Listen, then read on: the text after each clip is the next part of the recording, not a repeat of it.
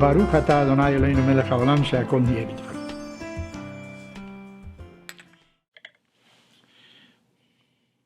In the Torah, in the Bible, the heroes are not plastic heroes. They're not two-dimensional heroes. They're very complicated. They have good traits, and they also have deficiencies. They have good deeds, and they make errors. Many a time, they commit things they shouldn't do. How are we to judge that? Well, I think that gives authenticity to the Torah. It doesn't present you somebody who was totally right all the time.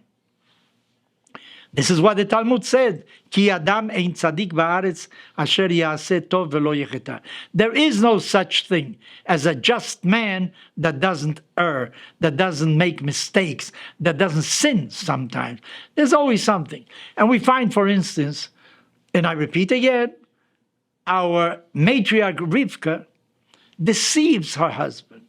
When she hears that he is going to give the blessing to Esav, she goes, takes the skins of an animal, covers the arms of her son Yaakov, his neck, so that when he comes in front of the father Isaac with the meal that she prepared, posing really as his brother, the father won't realize it because he'll touch him and he'll see he's hairy. He's hairy like the brother.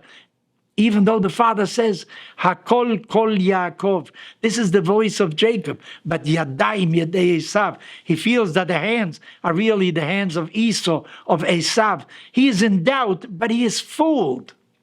How come you can do such a thing? You fool your husband. And maybe something even a little deeper. It is true that maybe the relationship between Rebecca, Rivka, and her husband was not the greatest. Why?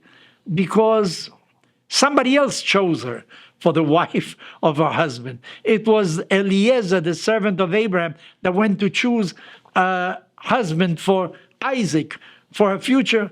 Her future didn't go seek for her, like Yaakov went to the house of his uncle looking for a bride. Isaac received the bride. Maybe this is why they weren't that close. Who knows? In any event, shouldn't Rivka have discussed this with her husband and told him, listen, you're going to give the blessing to Esav. He's not the right guy. The right guy is Yaakov. Did she discuss it with him? Well, one of our commentators, Malbim is I think his name, he thinks, yes, of course they did. They spoke about it, except that they came to different conclusions. What Isaac basically said is the following. You know, I realize that this Esav cannot be the spiritual heir of the message that we're trying to transmit to humanity. But he is my heir.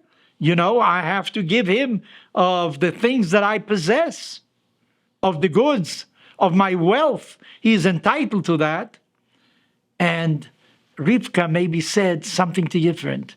You cannot separate the two. You cannot say, I'm going to give him the spiritual inheritance and the material inheritance to somebody else. The two go together. You can't really split them. So you should really give the blessing to Yaakov. That was the real difference between the two. I think that the modern state of Israel proves that if you want peace, you are right, you have a certain message. You also have to have a strong arm. You cannot differentiate between the spiritual and the material. The two of them have to go together in order for you to be effective in this world. And many a time in our own lives, we want to separate the spiritual from the material. We behave a certain way outside of the home, inside the home. Outside of our country, inside of our country.